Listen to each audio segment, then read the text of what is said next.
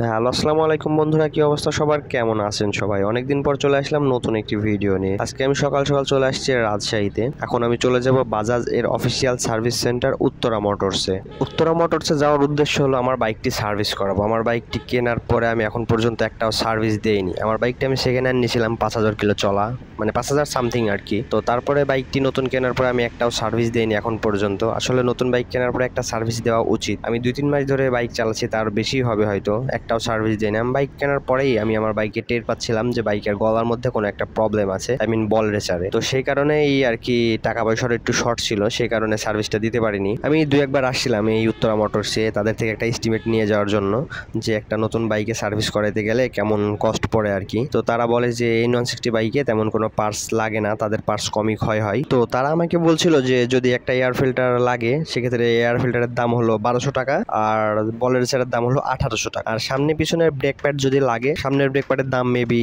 1100 টাকা, আর পিছনেরটার দাম 800 টাকা। তো দেখি কি কি লাগে। ভাই এখানে বাইকটি খুলে ফেলছে, তো আপনাদের সাথে সবকিছু শেয়ার করবো এখন দেখুন। আর একটা জিনিস আপনাদেরকে বলতে ভুলে গেছি, সেটা হলো আমার বাইকের যে মোবিল ফিল্টার সেটা কিছুদিন আগে আমি চেঞ্জ করে নিয়েছি, এবং মোবিলটাও চেঞ্জ করে নিয়ে গেছি। যেদিন এস্টিমেট নিয়ে যাই এখান থেকে যে আমার বাইকে একটা সার্ভিস দিতে কেমন খরচ পড়বে, তো সেদিনই এই দুইটা কাজ আমি করে যাই, সে কারণে আজকে সেই দুইটা খরচ আর লাগতেছে না। আমি আমার বাইকে এই সার্ভিসগুলো বাহির থেকে দিতে চাইছিলাম, তো বাহির থেকে না দেওয়ার কারণ হলো আমার একটা মেকানিক ভাই ছিল, তিনি আমাকে বলে যে ভাই নতুন বাইক বাইরে না খোলাই ভালো, সে কারণে বাহির থেকে সার্ভিসটা দেই না। আর বাহির থেকে সার্ভিস যদি দিতাম তাহলে হয়তো অনেক কম খরচে হয়ে যাইতো, বাট সেই ভাইয়ের কথা শুনে আমি আর বাহির থেকে সার্ভিস দেই না। আর একটা জিনিস আপনাদেরকে বলি, যে আমি যে রাজশাহী থেকে সার্ভিস করাচ্ছি এটা তাদের অফিসিয়াল, বাট এটা যে মেইন ব্রাঞ্চ তা না। মেইন ব্রাঞ্চ হলো ঢাকা তেজগাঁওতে, সেখান থেকে সবকিছু হয়। আমি আমার ডিসকভার বাইক নিয়ে, সেটাও তো বাজাজ কোম্পানি, সেটা নিয়ে তাদের কাছে গিয়েছিলাম তেজগাঁও। তাদেরকে বলি যে রাজশাহী থেকে আমি বাইকে কাজ করেছি আপনাদের অফিসিয়াল, তো ওরা বলে যে ওটা আমাদের অফিসিয়াল না, ওটা আমাদের ডিলার আর কি। তো আমি জানি না এই কথাটা কতটুকু সত্য, তো আপনারা যদি জেনে থাকেন কেউ তাহলে আমাকে কমেন্টে অবশ্যই বলবেন, তেজগাঁও কি শুধু তাদের মেইন ব্রাঞ্চ আর বাকি সবগুলা কি ডিলার, তাই কি না? তো এখানে দেখুন আমার বাইকটি ভাই একদম উলঙ্গ করে ফেলছে। আর ওই কথাটি বলার কারণ হলো যে আমি একবার আমার বাইকের সার্ভিস করানোর জন্য মিরপুরের ব্রাঞ্চ যেটা আছে আপনার বাজাজের অফিসিয়াল, সেখানে গেছিলাম। তাদের ওইখানে যে ডিলার, তাদের বিষয়টা মানে অনেকটা ধোকা খেয়ে যায়। তাদের ডিলাররা আলাদাভাবেও কাজ করে, আবার তাদের অফিসিয়ালের হয়েও কাজ করে, সেই কারণে আর কি। তো এই কারণে মানে ডিলারের সার্ভিস নাকি ভালো হয় না, সেই জন্য আর কি কথাটা বললাম। তো ডিলার ও অফিসিয়ালের যে বিষয়টি, এই বিষয়টি যদি কেউ জেনে থাকেন তাহলে কমেন্টে অবশ্যই জানাই দিবেন। তো এখানে ভাই আমার বাইকের সামনের চেনিস পকেটটি খুলে ফেলছে। খুলে ফেলার পর ভাই আমাকে বলে যে ভাই আপনার এটা অনেক ক্ষয় হয়ে গেছে, এটা আপনাকে চেঞ্জ করা লাগবে। তো পুরো এটা যদি চেঞ্জ করতে হয় তাহলে আমাকে পুরো চেন সেটটা চেঞ্জ করতে হবে, আর পুরো চেন সেটের দাম হলো 7,000 টাকা। এখন ভাই আমাকে বলে যে ভাই আমার কাছে একটা আছে, আপনি চাইলে ওইটা নিতে পারেন, একদম অরিজিনালি আছে আমার কাছে, তো সেটা আপনি আমার থেকে নিতে পারেন, আমাকে আপনি টাকা দিয়ে দিন। সেটা আমার থেকে ভাই 480 টাকা নেয়। তো এখন আমি তার থেকে এটা নিই। আর একটা জিনিস আমি বলি, আমার বাইক 2 বার নিয়ে আসছে আমি এখানে। বাইক সার্ভিস করার পরে চেনের ভিতরে ঘট ঘট ঘট ঘট শব্দ হচ্ছিল। ঘট ঘট মানে কিছু একটা সাথে বাড়ি খাচ্ছিল। বাড়ি খাওয়ার জন্য পরবর্তীতে আরেকবার নিয়ে আসছিলাম, বাট বাড়ি খাওয়াটা ঠিক হয়নি। এমন একটা মানে থার্ড গিয়ারে দিয়ে বাইক টানলে একটা শব্দ হয়, কট করে একটা শব্দ, মানে কিছু একটা সাথে বাড়ি খাই কটাস করে। আর আমি আপনাদেরকে একটা জিনিস শিখিয়ে দিব আজকে, যে এই জিনিসটা যদি আপনারা মেনে চলতে পারেন আপনার বাইক প্রপারলি সার্ভিস করাতে পারবেন, না হলে পারবেন না। সেই জিনিসটা হলো যে আপনারা যখন বাইক সার্ভিস করান, আনঅফিসিয়াল হোক বা অফিসিয়াল হোক, আপনারা বাইকের কাছে থেকে প্রত্যেকটা কাজ, প্রত্যেকটা জিনিস একদম বাইকের কাছে থেকে দেখে দেখে করাই নেবেন। আর যদি কোনো কিছু চেঞ্জ করেন সেই জিনিসটা সাথে করে নিয়ে আসবেন, কখনো ফেলে আসবেন না। যে চেঞ্জ করে দিচ্ছেন, মনে করেন আপনার বাইকের একটা পার্টস চেঞ্জ করছেন, সেই পার্টসটা ওদের কাছে রেখে আসবেন। যেরকম মনে করেন আমার বাইকের পার্টসটা যেটা লাগাই দিচ্ছেন স্পকেটটা, সেটা তো কারো না কারো বাইক, তাই না?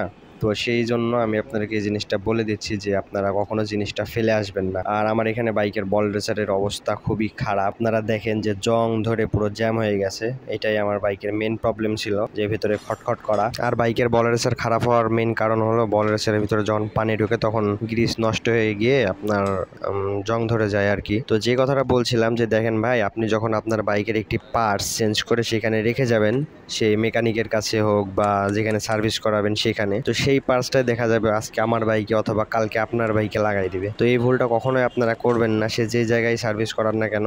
আর বাইক কখনো রেখে আসবেন না ভাই সার্ভিস করাইতে গিয়ে, যে ভাই আমার বাইকটি রেখে যাচ্ছি, আপনি আজকে সার্ভিস করাই দেন, কালকে এসে নিয়ে যাব। এই কাজটা ভুলেও কখনো করবেন না। সবসময় চেষ্টা করবেন বাইকের কাছে থেকে বাইকে ফুল সার্ভিস করানোর পরে বাইকটি সাথে করে নিয়ে আসার জন্য। তো এটা আপনাদের কাছে রিকোয়েস্ট থাকবে।